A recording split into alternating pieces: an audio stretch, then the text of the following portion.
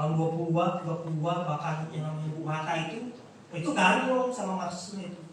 Bahkan ketika di Perhimpunan Indonesia di Belanda ya, ada kayak itu anggota dari komunis itu ingin dipecat oleh kelompok nasionalis yang lain.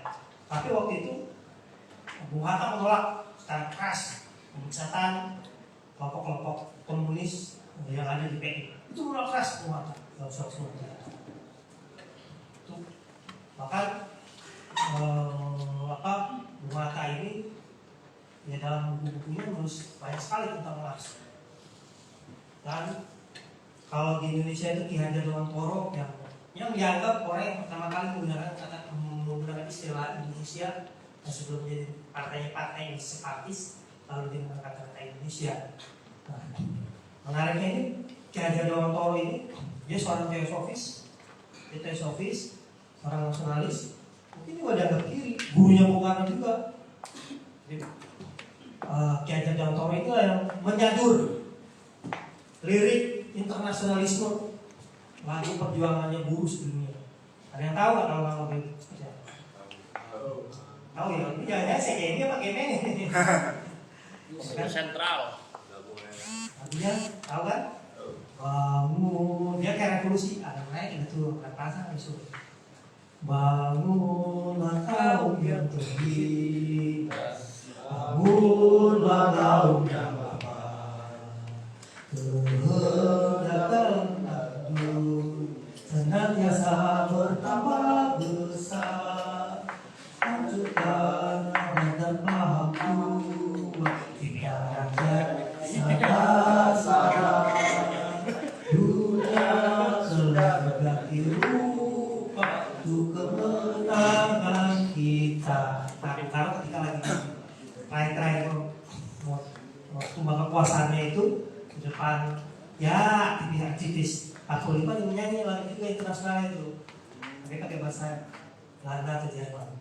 Volke die Signale auf den Leben gefällt, die Internationale es recht das Nyensenrecht. Itu yang dinyanyikan oleh Bung Karno ketika mau tumbang. Jadi Marxisme waktu itu bukan sesuatu yang ditakutkan atau wah ini anti Tuhan sebagainya, tapi memang waktu itu semua terpengaruh.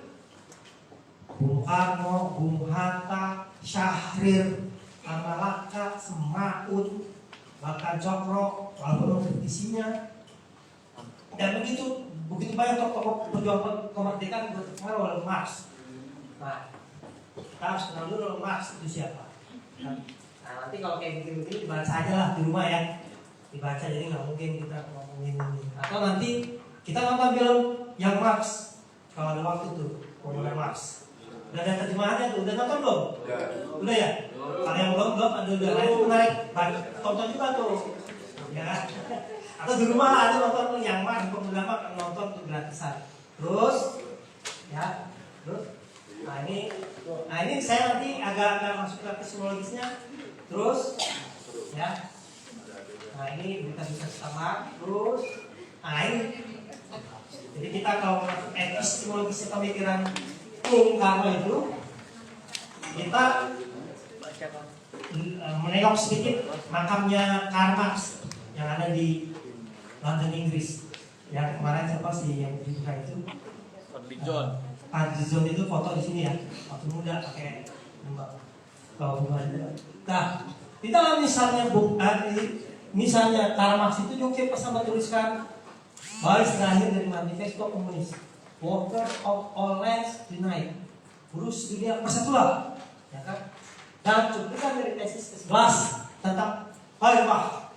Jadi Marx menulis 11 tesis kritik terhadap pikiran-pikiran Feuerbach.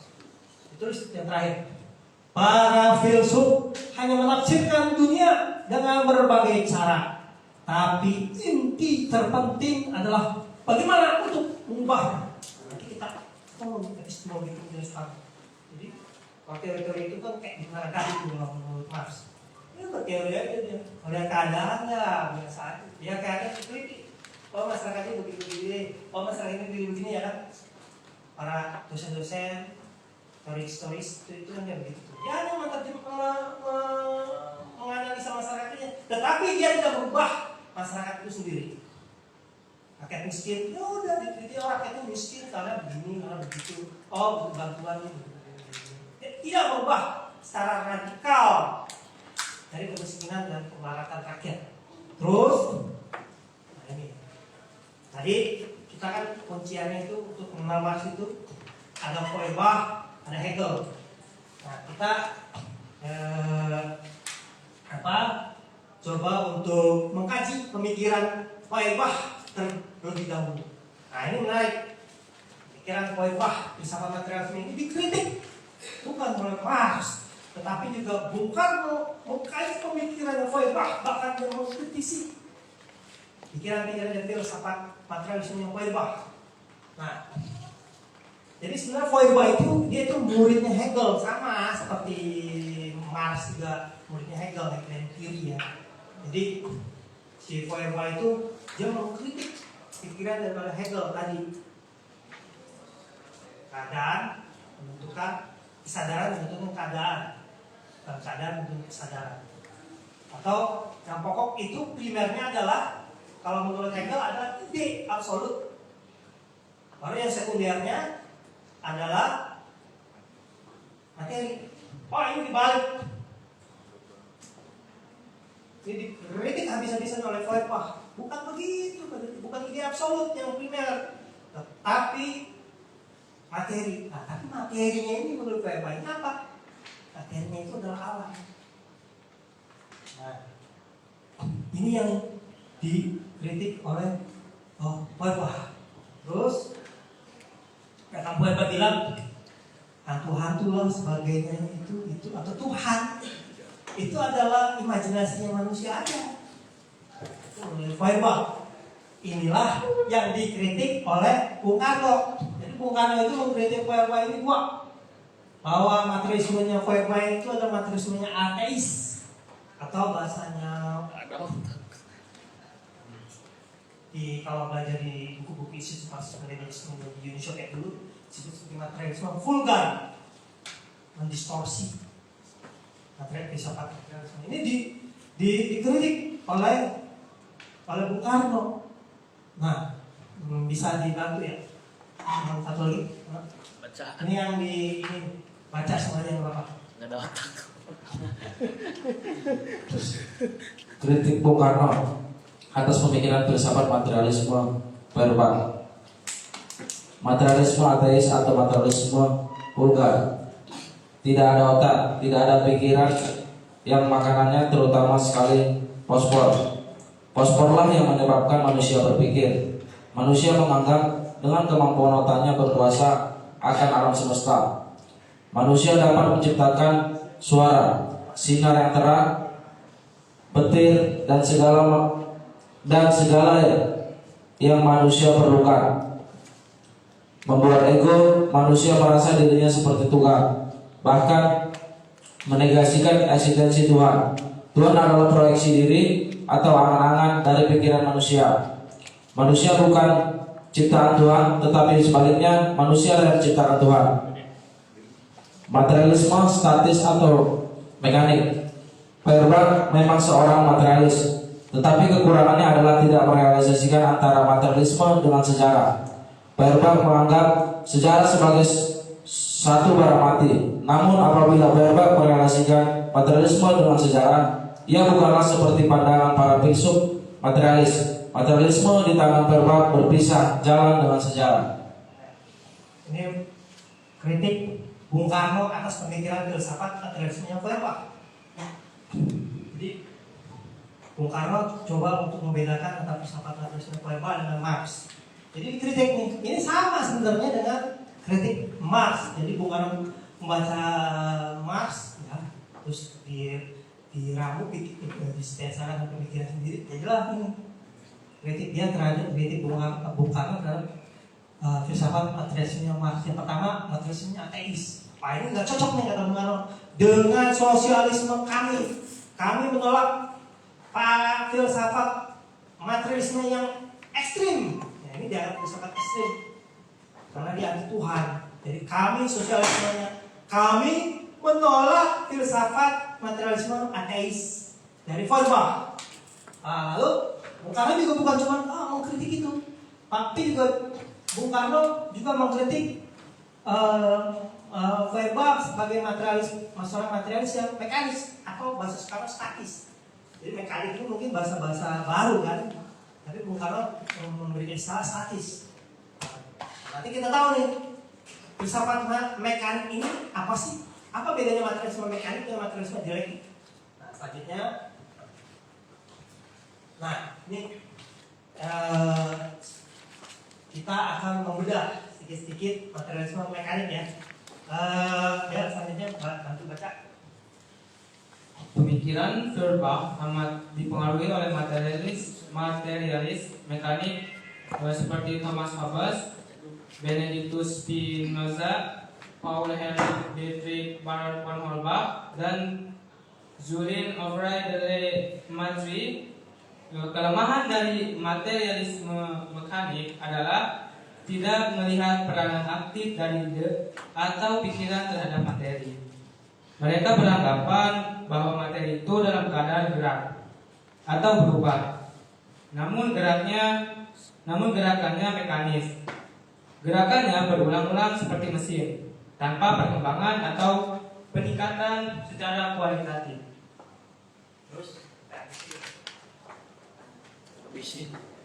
Menurut para penganut materialisme mekanik, proses aktivitas akal dan kesadaran manusia melalui otaknya adalah bentuk dari gerak kerja otot, urat saraf, atau kelenjar.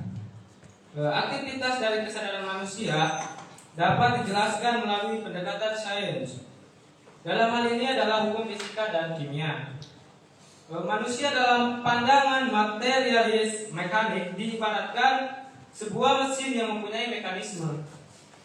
Perasaan manusia tergantung dari otaknya. Sedangkan otak adalah bentuk materi dari pemikiran manusia. Jiwa identik dengan materi, sedangkan materi itu sendiri mempunyai perasaan. Lamartine dalam karyanya berjudul El Homme Magni, manusia mesin. Manusia adalah mesin yang menjalankan dirinya sendiri. Manusia adalah mesin yang berbelit-belit. Otak adalah anak akar manusia. Secara radikal, Marx menolak pereduksian manusia seperti mesin. Materialisme mekanik gagal memahami dan menjelaskan perkembangan dan gagal menginterpretasi problematika sosial. Lanjut, ini ke semuanya. Udah ya. Nah ini kawan-kawan sekalian nih, materialisme mekanik ini apa sih? Nah, materialisme mekanik ini dia tadi keadaan menentukan kesadaran menentukan keadaan, ya kan? Nah, si materialisme mekanik ini dia gagal untuk menerjemahkan kesadaran menentukan keadaan, ya, bahwa ide, teori, gagasan itu bisa juga mempengaruhi materi. Jadi dia menolak pikiran itu. Nah, terus menurut filsuf materialis mekanik itu manusia itu seperti mesin. Dia seperti mesin, ya, jiwa ini dengan materi. Nah, inilah yang dikritik juga oleh Marx. Marx bilang manusia bukan seperti mesin. Materialisme mekanik gagal memahami dan menjelaskan perkembangan, dan gagal menginterpretasi problematika sosial yang tadi Bung Karno bilang. Feuerbach itu tidak merelasikan antara materi dengan sejarah, dengan keadaan, dengan situasi keadaan. Lalu sebenarnya materialisme mekanik ini itu adalah filsafat ideologi dari bourgeoisie. Jadi apa yang dikritik tentang filsafat materialisme itu sebenarnya mengkritik dirinya sendiri. Jadi bourgeoisie mengkritik, wah ini anti Tuhan dan sebagainya. Sebenarnya yang dia kritik adalah dirinya sendiri. Sebagai seorang bourgeoisie itu. Ini. Jadi materialisme mekanik, materialismenya Feuerbach itu adalah materialismenya bourgeois. Wah, kita nolak ini, bukan ini. saya bukan ini. Berdasarkan Marx juga begitu. Kami bukan ini. Ini tafsir Bung Karno terhadap filsafat materialisme. Lalu kemudiannya, nah, kita masuk ke epistemologi pemikirannya si Feuerbach. Ini menarik kita untuk baca. Nah, silakan teman-teman yang selanjutnya. Siapa? Papua.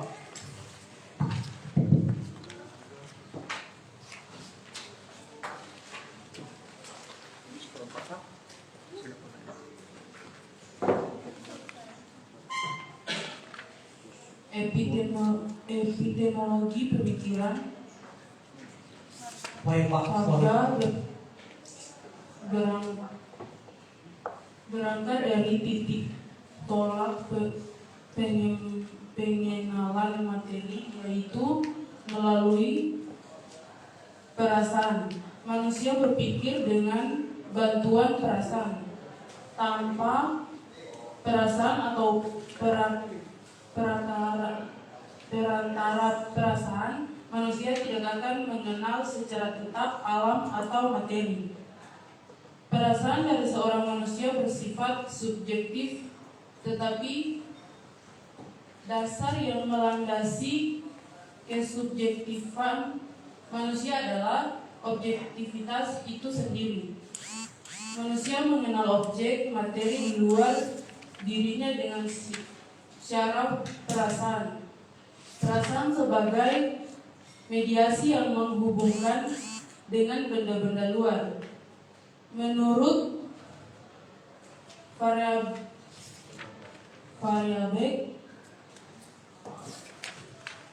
pengenalan ilmiah dimulai dengan mengamalkan dan cita rasa atau panca indera, seperti pandangan empiris Inggris.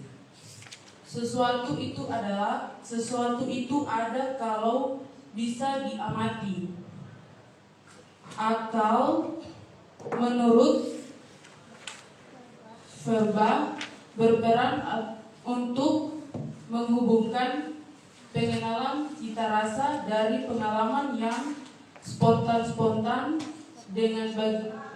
dengan bagian lain dari kenyataan itu, lalu kenyataan luar. Pengalaman Feuerbach menganalikan hubungan antara kata-kata dan pikiran. Semua objek atau materi yang ditangkap oleh perasaan hanya dapat dipahami apabila memidasi dan diolah dengan bantuan akal. Dengan akal manusia mengenali alam atau materi semakin meluas dan berkembang. Dengan akal pula manusia tidak menutup kemungkinan bisa menemukan rahasia-rahasia alam. Apa yang belum diketahui oleh manusia pada saat ini, di masa yang akan datang tidak menutup kemungkinan bisa dipecahkan oleh generasi yang akan datang. Nah, ini epistemologi pemikiran Feuerbach. Tadi kita sudah tahu di pemikiran soal mekanik. Nah, lalu pemikiran epistemologi sama ini, kita epistemologi sekali ini epistemologi pemikiran Feuerbach seperti apa? Nah, kalau teman-teman nanti lagi mendalami kembali filsafat, terus teman-teman ini juga mau kaji kembali, mendalami kembali filsafat Feuerbach. Nah, ini menarik nih. Di Feuerbach itu dia sama kayak kalau filsafat itu filsafat empiris. Jadi untuk mengenali kebenaran itu dimulai dari perasaan, rasa, ya kan? Kaca indra ya kan? Cuma semuanya rasa lah. Dia bisa mengenali alam lewat kaca indra kita, perasaan tadi. Lalu dari kaca indra ini dimediasi oleh otak, tentang materi di luar di mediasi ya, dia mengenali ontologi atau adanya materi itu sendiri di luar. Oh ini atau ini itu. Nah, ini ontologinya verbal. Nah, terus selanjutnya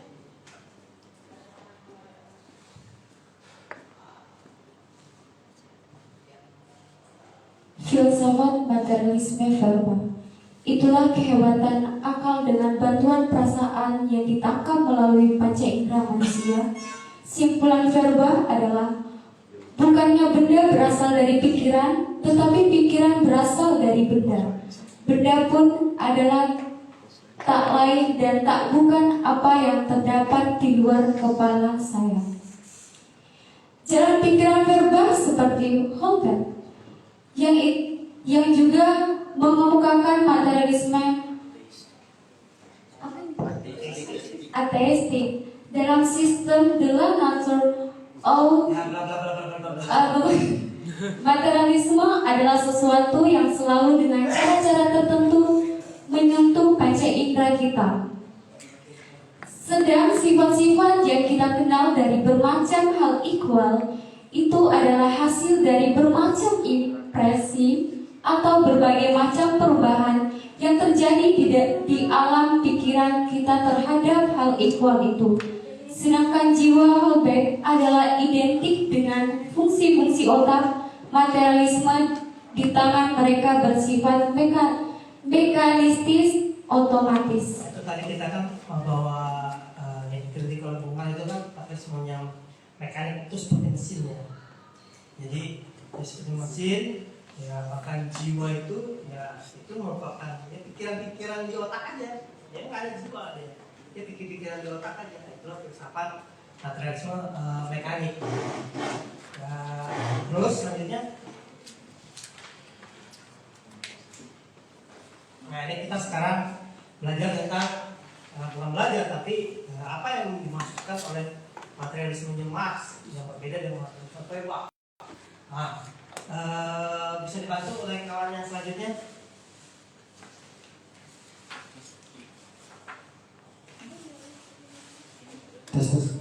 Materialisme Marx berbeda dengan para materialis pendahulunya. Marx berangkat dari manusia sebagai titik tolak di dalam memahami materi dan realitas objektif, yaitu manusia yang nyata dan aktif, bukan manusia yang abstrak. Seperti dalam kacamata materialisme verbal, Marx juga memahaminya berdasarkan proses kehidupan yang nyata, bukan dari dunia ide-ide seperti halnya Hegel. Dalam karyanya Ideologi Jerman, Marx menegaskan bahwa kami tidak berangkat dari apa yang sedang dibayangkan, dipahami manusia sekarang ini, juga bukan dari apa yang telah diceritakan, dipikirkan atau dibayangkan, dipahami manusia pada zaman dahulu, menuju manusia yang berdaging. Realitas objektif yang direfleksikan oleh manusia diolah dengan otaknya adalah bentuk kesadaran manusia yang menjadi nyata dalam perasaan, pikiran dan ekspresi dari keinginannya. Refleksi dari kenyataan objektif dalam kesadaran bukanlah proses mekanis, tetapi manusia memproses materi dari pikiran secara sadar, dipraktekkan dalam proses kenyataan objektif. Sedangkan realitas objektif itu sendiri bagi Marx adalah apa yang diproduksi oleh manusia sebagai subjek dengan pengetahuannya tentang objek. Realitas objektif terus berproses dan berdialektika menjadi realitas objektif baru. Materialisme Marx memang bersumber dari perbah, namun Marx hanya mengambil inti pokoknya saja, yakni hanya mengambil konsep perbah tentang materi sebagai unsur yang terdalam atau dasar. Semua yang berbau idealisme dan metafisik yang masih melekat dalam materialisme perbah dinegasikan secara total oleh Marx dengan mengembangkannya menjadi filsafat ilmiah, metode dialektika, dan pandangan materialisme terhadap sejarah. Menurut Marx, kekurangan dari materialisme perbah adalah tidak melihat dinamisme yang senyawa dengan materi manusia. Kekurangannya dikarenakan Feuerbach menegasikan dialektika, sehingga realitas bukan dilihat sebagai akibat dari aktivitas sosial, tetapi dilihat dari aktivitas manusia abstrak. Materialismenya bersifat statis dan kontemplatif. Nah ini kritik Marx terhadap materialisme Feuerbach. Jadi kalau kawan-kawan nanti membaca ya tulisan-tulisan Marx ini seperti yang dikritik oleh Bung Karno terhadap materialisme Feuerbach. Jadi kalau Feuerbach itu dia menganggap manusia itu dia hasil dari alam, karena dia melihat objek sebagai alam, ya alam sebagai ontologisnya dia. Tetapi Marx berbeda dengan Feuerbach, ontologisnya dia bukan alam, tetapi manusianya itu sendiri. Kenapa? Nah nanti ada perbedaan antara alam dengan manusia. Kalau alam itu statis saja kan, misalkan alamnya yang dekat kalau gitu ya, misalkan kambing, dia makan, ya kan, terus berkembang biak begitu aja. Dia nggak bisa memilih tuh kambing itu, oh saya mau rumputnya dimasak dengan begini, atau kambing itu dalam berkembang biak, oh saya mau durasinya lebih panjang nih, sehingga obat kuat. Kayaknya dengan manusia, bukan cuma makanannya yang bisa diolah, tapi dengan berkembang biaknya aja dia wah kurang nih durasinya, maka muncullah obat-obat kuat itu beda.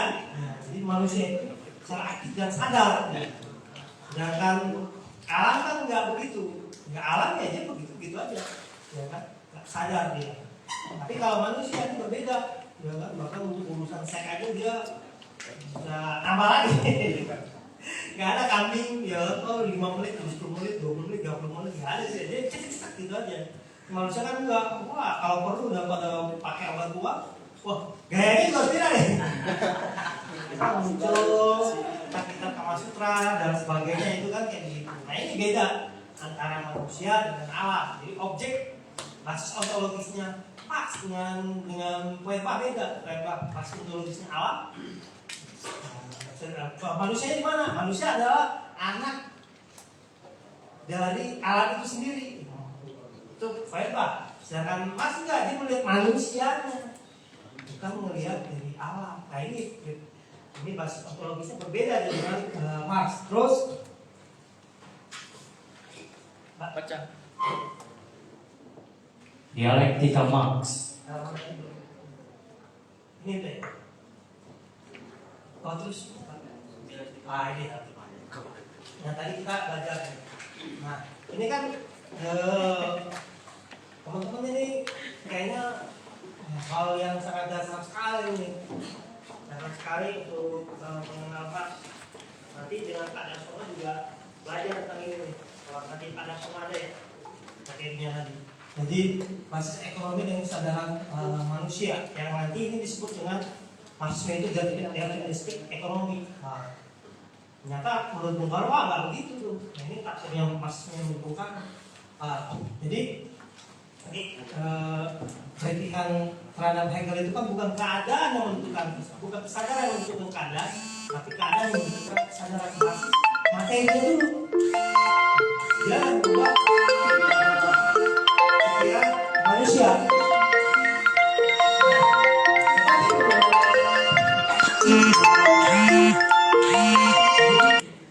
Basis keadaan yang seperti apa? Nah, kita belajar lagi tentang bebas tuh. Basis kesadaran seperti apa yang keadaan yang bisa merubah pikiran manusia? Nah, kalau Marx bilang ya dari dia cari cara makannya, ya kan? Misalkan seorang buruh yang cari makan di pabrik, cara pikirannya begitu. Seorang nelayan cari makan makannya di laut, dia menghasilkan pola perilaku yang sesuai dengan dia cari makan. Jadi ada faktor produksi ekonomi yang merubah alam pikiran manusia itu sendiri. Itu Marx. Nah inilah yang akhirnya diterjemahkan oleh ya banyak kalangan sebagai deterministik ekonomi. Nah nanti bukan bukan begitu, Marxisme bukan begitu, ya kan? Ini juga statis juga yang menurut Bung Karno. Terus,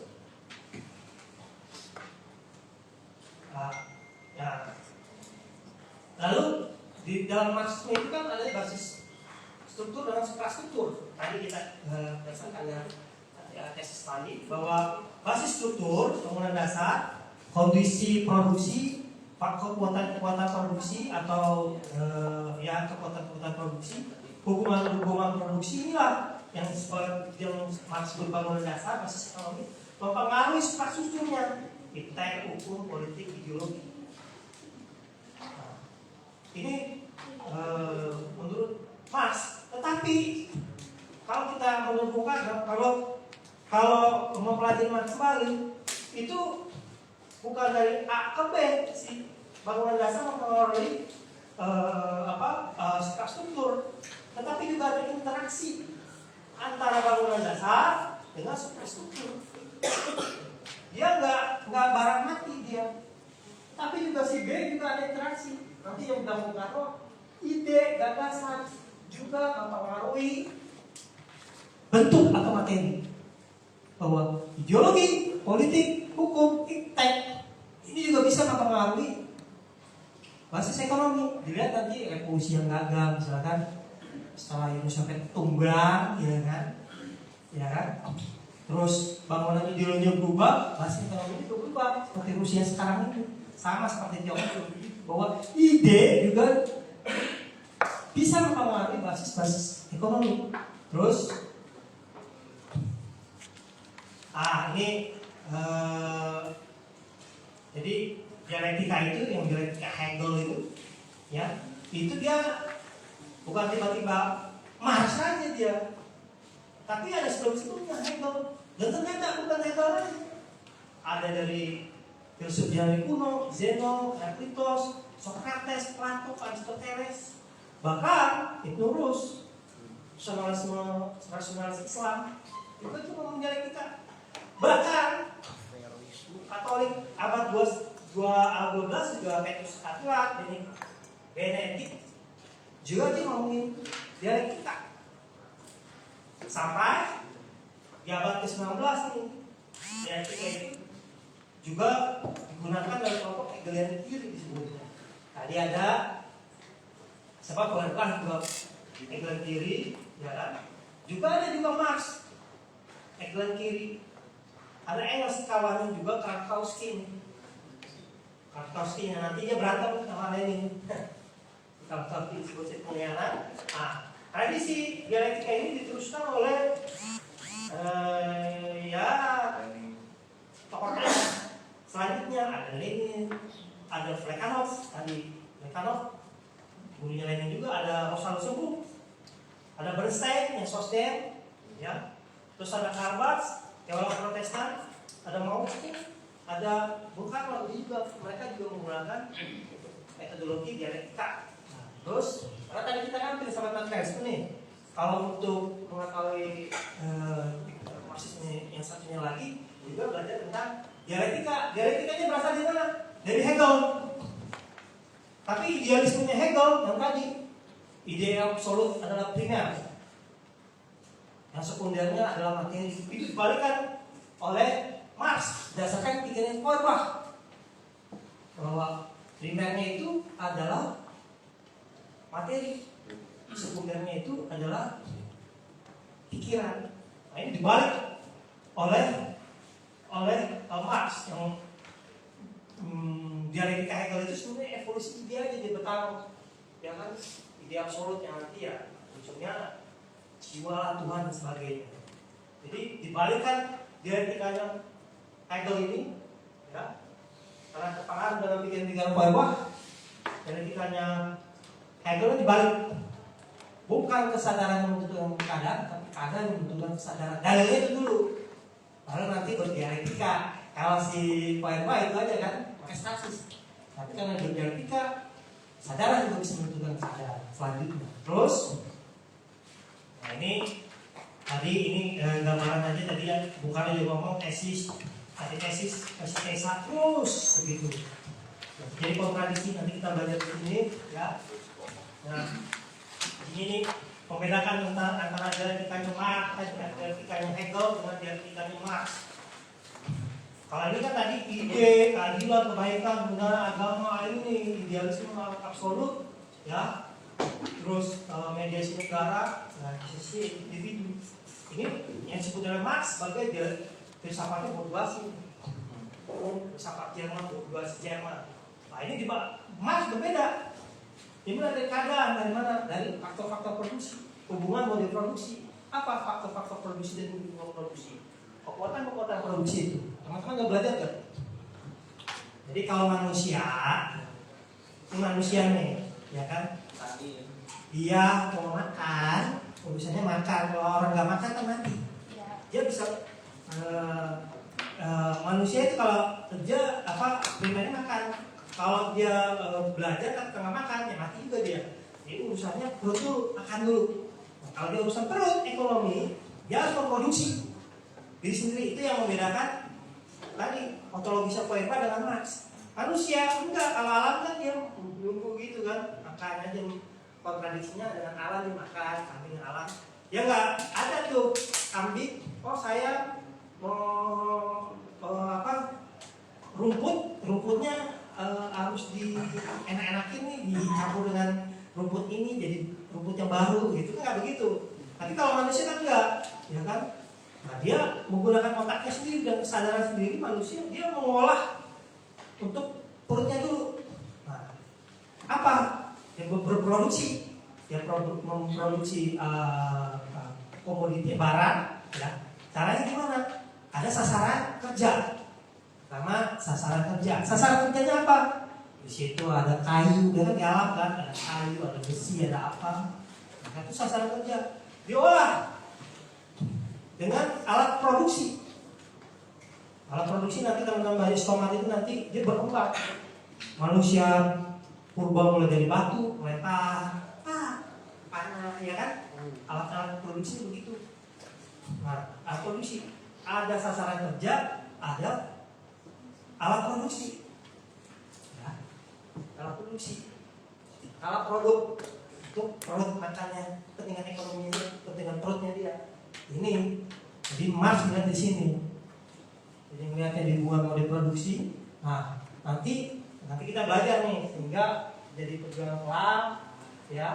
Nah ini sebagai strukturnya, keadaan menentukan kesadaran. Ini kesadaran menentukan keadaan. Ini dibalik oleh Marx. Terus, nah, inilah yang dikritik oleh Bung Karno. Jadi berbeda tuh antara filsafat naturalisme Feuerbach dengan filsafat naturalisme Marxis. Dialektika Marx dengan dialektika Hegel itu berbeda. Ini yang juga dikritik oleh Bung Karno. Terus, nah tadi udah ya kelemahan dari materialisme mekanik. Jadi dia nggak melihat peranan aktif ide, dia nggak manusia, dia kan dia ngelihatnya alam. Alam yang nggak sadar seperti manusia, berbeda. Dia nggak ada dialektika di situ. Dia mekanis saja alam, dia ngeliat begitu. Tapi ontologinya karena bahasa ontologinya manusia berbeda, sadar dia. Nih, nanti teman-teman baca terus. Nah ini juga sama, terus kritiknya juga materi teman-teman nanti baca ya. Nah, waktunya soalnya gak cukup. Wah ini kapan pembihannya? Baru cerita-cerita doang nih. Terus, nah ini, nah tadi nih, ini nanti teman-teman baca sendiri ya. Nah, lalu tadi bahwa keadaan menentukan kesadaran, tapi keadaannya itu berdasarkan dengan hubungan produksi, berdasarkan terhadap faktor-faktor produksi, ya kan? Lalu Marx ngomong, dia bilang juga bahwa manusia adalah yang menciptakan sejarah, tetapi manusia tidak semau-maunya tuh sekendak hati dia bisa merubah menciptakan sejarah. Dia bilang begitu, Marx ngomong begitu. Maksudnya apa ya? Maksudnya itu ada kehendak bebas, manusia bebas nih, otonom, yang mau kiri, mau kanan, mau surga, mau neraka, mau baik dan buruk. Itu kan perdebatan di filsafat manusia kalau memang belajar ya. Itu kan ada tuh kehendak bebas begitu. Nah, ada kebebasan. Ada kebebasan kalau dalam Islam itu al-jabar apa itu kan ada tuh kayak gitu. Ada kebebasan, tetapi kebebasan manusia ini lepas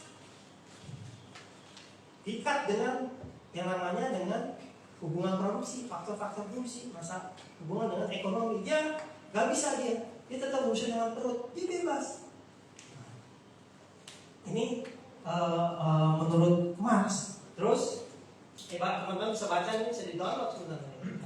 Rumah 18 plus Bonaparte ini revolusi demokratiknya 1848-nya Marx seperti yang gagal. Terus, nah ini menarik. Nah di sini kita ketemu nih Bung Karno nih. Ini Bung Karno. Epistemologi Bung Karno. Ya, jadi kalau yang jaga Marxis otonom itu kan orang banyak menyebut sebagai deterministik ekonomi. Nah Bung Karno enggak, itu dimakan Marxis enggak begitu. Bahkan ide juga bisa mempengaruhi materi atau bentuk materi. Nah, di sini nanti Bung Karno ini juga mencoba mempertautkan atau mempertemukan antara epistemologi Marxian dengan epistemologinya rasionalisme Islam. Yang tadi saya bilang buku Evan Judith Padedat bisa dibaca. Ini sekarang baru sedang rasa hidup di kelompok Ahmadiyah, bisa di-download dengan rasa hidup karena Khawaja Kamaludin. Tapi sebelumnya Bung Karno juga baca terjemahan dari Dawatul Amal karya Maulana Ali yang diterjemahkan oleh Cokro dan Agus Salim. Ini baca. Pikiran ini mempengaruhi Bung Karno juga, epistemologinya dia. Ya nanti tahun 23 sebenarnya. Jadi 1990 NIN itu sebenarnya Bung Karno juga ngomong di dalam itu dari perjuangannya. Jadi nanti disebut sebagai nasionalis, will dan dat, semangat, kemauan dan perbuatan. Ini ketemu epistemologinya Marxian dengan rasional Islam ke Bung Karno. Sini Bung Karno ngomong kayak gini nih. Otak saja tidak cukup, semangat hati itu yang penting pula. Tadi kan kalau firefighting statis, kadang menunjukkan kesadaran. Bahkan kalau yang materialis ekstrim, nggak butuh tuh yang namanya jiwa dan sebagainya hati. Tapi Bung Karno enggak, otak nggak cukup masalah otak. Tapi semangat hati itu penting. Malah segala aktivitasku ini, aktivitas di lapangan negara, lapangan politik, di lapangan apapun, malah saya angkat lebih tinggi ke arah Tuhanan. Nah ini menarik nih, semangat angkat ke Tuhanan. Nah itu kayak isinya. Jadi yang membedakan kita dengan NDH-nya LMND dan sebagainya sih kayak gini sih. Ya nggak apa, filsafat sosialisme yang keren itu, ya kan? Semangat, coba masuk semangat apa? Tadi kita ngantuk, ya, ngomongin filsafat, apaan sih filsafat ngantuk kan? Kita nyanyi lagu semangat, lagu apa tadi mahasiswa Marga bersatu. Semangat kita. Teori, ide masuk ke otak, melayarkan kita punya semangat. Jadi Bung Karno bilang, enggak tuh semangat apa? Semangat, ide, teori gagasan itu juga bisa mengalami materi kita jadi semangat. Tapi bukan bukan begitu. Tapi ada sesuatu yang membuat kita menjadi semangat. Nah, di sini Bung bilang. Jadi ada interaksi antara pikiran dan kemauan saling terkait. Pikiran menentukan bentuk dan kekuatan kemauan. Jadi bukan hanya materi yang menentukan kesadaran, tetapi pikiran dan teori-teori dan kemauan ini bisa berubah bentuk atau materi. Nah, Bung Karno ini kita kembali ke ideologinya Bung Karno, semangat nasional, will dan nasional. Ini ajaran Bung Karno menurut saya ini untuk masukin itu dari sini dulu deh. Nah, ini Bung Karno yang membedakan antara ilmuwan dan pemimpin gerakan waktu itu. Orang soal ilmuwan kan dia hanya menganalisis, membuat teori, masyarakat miskin, orang miskin, begini, dia mengkajinya dia. Nah, tapi dikritik kalau Bung Karno nggak bisa. Seorang pemimpin itu waktu itu melihat rakyat Indonesia dijajah oleh kolonial dan imperialisme itu nggak boleh diam. Dia harus mengaktifkan, membangkitkan semangat, membangkitkan semangat dulu untuk melawan kolonialisme dan imperialisme. Dengan apa membangkitkan semangat itu? Dengan kemauan nasional, kehendak, kemauan bersama, kemauan. Ayo gimana? Caranya gimana? Nah, bukan caranya dengan apa? Tapi caranya dengan organisasi, pendidikan politik, agitasi, propaganda. Di dalam membangkitkan yang kata Bung Karno, dimanehkan karakter, faktor internal itu sendiri. Dibangkitkan dengan buku-buku, teori dan sebagainya. Teori juga mempengaruhi bentuk. Maksudnya begini, kalau kalian sekarang mempelajari tentang kalian komunis, ya kan? Kalau kalian mempelajari tentang khilafaisme, kalian jadi HTI. Kalau kalian sekarang belajar tentang Soekarno, ya ini Soekarno. Itu beda. Materi, ide juga mempengaruhi bentuk. Ya, kita sini beda. Kita dengan LMD, kita dengan apa lagi? PRP dan sebagainya. Oh beda. Kita punya tafsir sendiri, tafsir dari Bung Karno. Nah, dari kemauan pendidikan politik ini, ya bukan cuma pendidikan politik doang, kawan-kawan duduk di sini. Tapi dari teori-teori perjuangan itu, ya juga harus dipraktekkan. Benar nggak teorinya? Tepat nggak teorinya? Ya kan? Jangan salah. Contoh, ketika terjadi Madiun Affairs 1948, ya, Musuh dan Amin Syarifudin menggunakan teori-teori Mao Zedong tentang long march, ya kan? Itu teorinya Mao Zedong long march itu teorinya susu yang 36. Kalau udah strategi taktik sudah nggak bisa dipakai, ya kan? Terus apa kata susu bilang? Itu kabur. Nah, itu teorinya itu. Teori susu itu dipakai oleh Mao Zedong. Ya kabur dia. Kayak teori itu, teori long march-nya itu. Nah, ini dipakai juga oleh Musuh dan Amir. Nah, tapi dia lupa karena situasi dan kondisi alam dan geografinya berbeda dengan kontinental di Tiongkok dengan kepulauan di Indonesia. Di Indonesia laut, dia kabur mau lari mana lo? Ya kan? Berbeda dengan Tiongkok, Mao Zedong waktu itu. Dia kabur, dia ada basis darat sebelumnya, daerah-daerah merah, dia kabur ke wilayah-wilayah perbatasan Indonesia. Dia kabur. Sama juga Vietnam begitu, diserang dari selatan, dia bisa ke Tiongkok. Tapi di Indonesia, Amir sama Musuh, dia bingung sendiri mau kabur kemana lu? Mati dia, berantem dia salah-salahan, alu, mati. Gitu juga ketika di Blitar Selatan, Mao Zedong perang taktik, teori perang gerilya. Coba tuh bikin borong-borong bawah tanah di sungai-sungai itu. Dia gagal juga. Kenapa? Teori, tapi belum tentu teori itu bisa dilaksanakan, dipraktekkan di suatu keadaan. Sehingga ini teori, ya kan? Dia bisa dilihat benar tepat dan tidaknya kalau dia dipraktekkan. Bukan ngomongnya perbuatan nasional.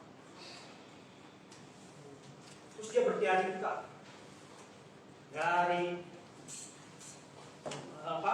kadang menurut kesadaran, ya kan? Keadaan masyarakat Indonesia, wah miskin, ya kan? Wah kita harus bangkitkan nih, begini-begininya nih, tugasnya begini, pendidikan politik, kaderisasi, bikin cetak majalah, pidato, bikin ini, bikin itu, membangkitkan semangat, ya kan? Nah, tapi juga harus dipraktekkan, muncul teori baru. Nah, dipraktekkan, gagal.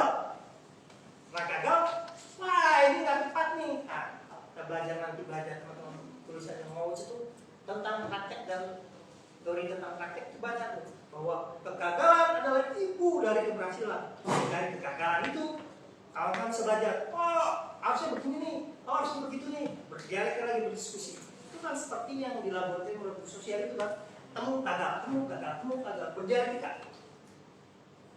Konsep inilah yang kita pakai moto moto GMNI. Berjuang pemikir, pemikir pejuang. Kenapa bukan pemikir dulu baru pejuang? Pejuang materi, pemikir.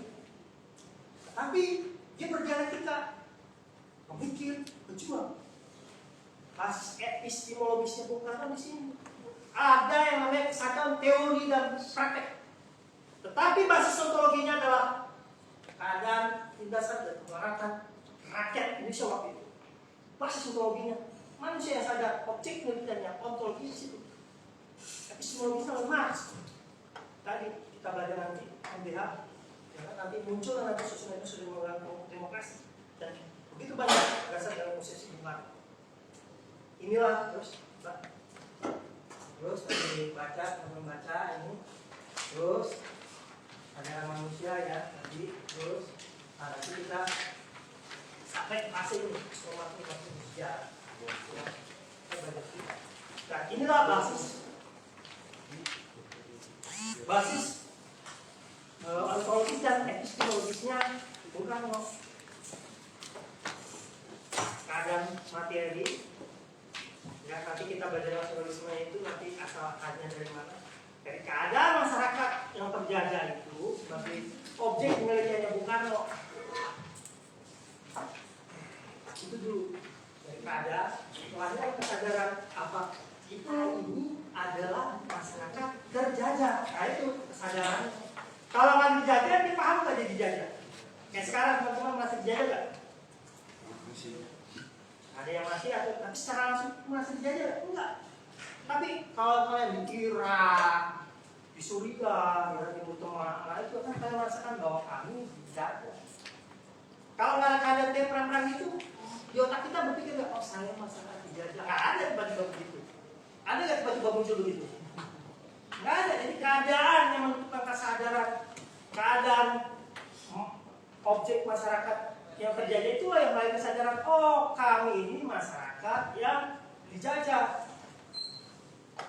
Oh terus caranya bagaimana nih waktu itu dijajah, terus gimana caranya? Kalau dulu kan perjuangan daerah, ya kan, pemimpinan, boros, dan Hasanuddin dan sebagainya, belum bersifat nasional. Kita belajar juga tuh, ya kan? Oh nanti berubah cara perjuangan dalam organisasi. Oh ternyata organisasi ini juga begitu. Ada perbedaan-perbedaan, ya kan? Tapi untuk membangkitkan semangat orang ini sebagai nasional HIS ini apa? Dengan organisasi, pendidikan, baca buku, terus apa? Berdebat, ya, membangkitkan semangat. Pertanyaan itu dalam rangka membangkitkan semangat yang sudah ada di dalam diri kita, membangkitkan karakter tadi. Nah ini, ya. Terus nah ini ya tadi, terus teman-teman baca ya waktunya nggak terus tadi kayak gitu terus nah ini juga dilihat kondisi objektif masyarakat juga orang pulang dari Soviet dari orang ateis gitu kamu jadi ateis nah, begitu ada bahasa masyarakat waktu itu dia lupa adalah masyarakat yang juga dijajah, masyarakat juga masih ada sesuatu masyarakat petani kalau misal dia menanam berharap tumbuh dari alam, meminta kepada Dewi dan sebagainya. Dia lupa itu basis masyarakatnya, sehingga secara taktis mengenal dia kemudian objektifnya. Kadang-kadang dia menggunakan ya pikiran-pikiran yang dianggap dianggap kuno dan sebagainya itu baru dia pakai.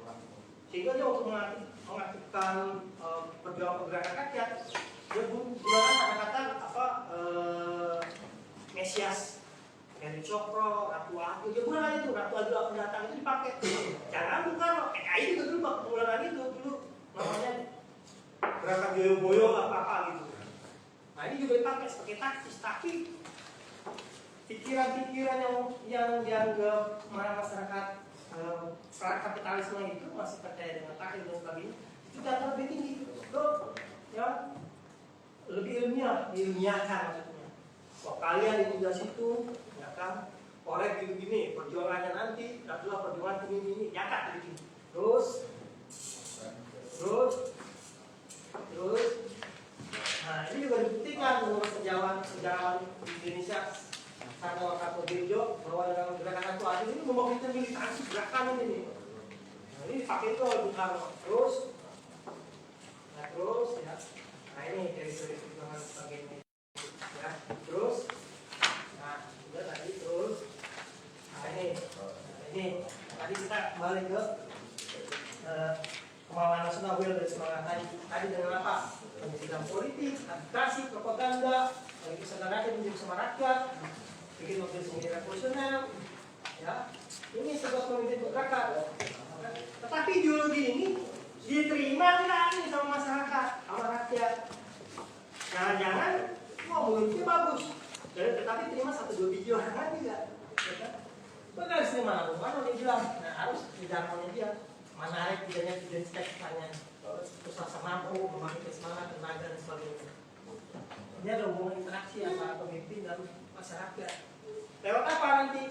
Transforming, spending. Itu metode berpikir itu bukan sekedar filsafat begitu aja enggak. Itu metode berpikir ini sampai praksisnya, cara perjuangannya gimana? Ada transforming, spending. Nanti kan banyak kan asas perjuangan tuh.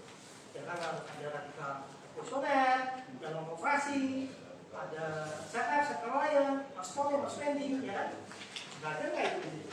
Terus, nah ini tadi pengetahuan dari Bung Karno, ya kan, bukan cuma sekedar di doang, tapi sama seperti misalnya Karl Marx merubah keadaan.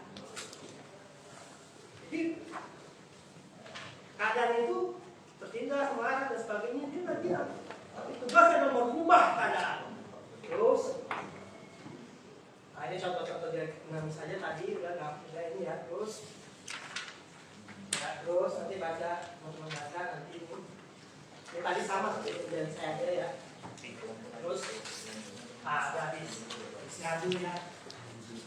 Dulu kita kajian. Terima kasih. Nanti kita kembali lagi. Nah, baru masuk nanti FDH ya, tapi kayaknya nanti saya ini jam 2 karena saya ada ya, nanti mungkin Pak Darsono, kalau karena Pak Darsono belum bisa, nanti nonton film aja. Nonton film sudah siapin penguasa baru dunia, ya nanti saya mungkin masuk lagi di jam 4. Ya, saya masih proletar, proletar itu kan proletar masih ya. Tidak punya apa-apa, proletar itu tidak punya apa-apa, tidak punya tenaga ini yang saya jual, dapat gaji, itu nanti saya jam 2 sampai jam 4 saya ada kerjaan besar kerja di sini, benar, ini masih ada kerja lagi, nanti kita jam 4. Tapi kalau Pak Darsono belum masuk, saya udah siapin film penguasa baru dunia atau biografi Bung Karno, pakai film baru penguasa baru dunia aja dulu.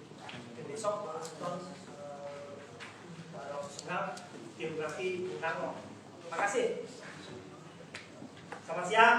Merdeka! Merdeka!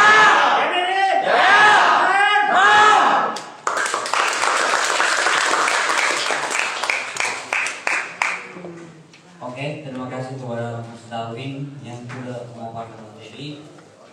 Teman-teman Bung dan Sarina, karena kebetulan jam isoma dulu. Setelah itu baru kita lanjut ya. Atau teman-teman mau lanjut aja dulu sekarang? Isoma dulu. Enggak, cuman mau tanya tesis mereka aja dan mulai ini. Tapi nggak apa-apa karena memang Mas Darwin juga sibuk. Teman-teman setelah ini kan isoma, tapi itu lanjut kalau bisa. Jangan lama-lama isomanya. Karena materi ini masih ada sesi lanjutannya lagi ya. Ya, nanti kan saya belum masih lanjut mungkin jam 4 ya. Maksud saya nanti jam 2 atau jam 2 lah. Itu kalau pada belum bisa, itu nonton film. Nonton film dan kita sambungin ke metode berpikir. Ya, terima kasih. Untuk itu karena sudah waktunya dari pagi sudah waktunya isoma. untuk sementara kita break dulu sebelum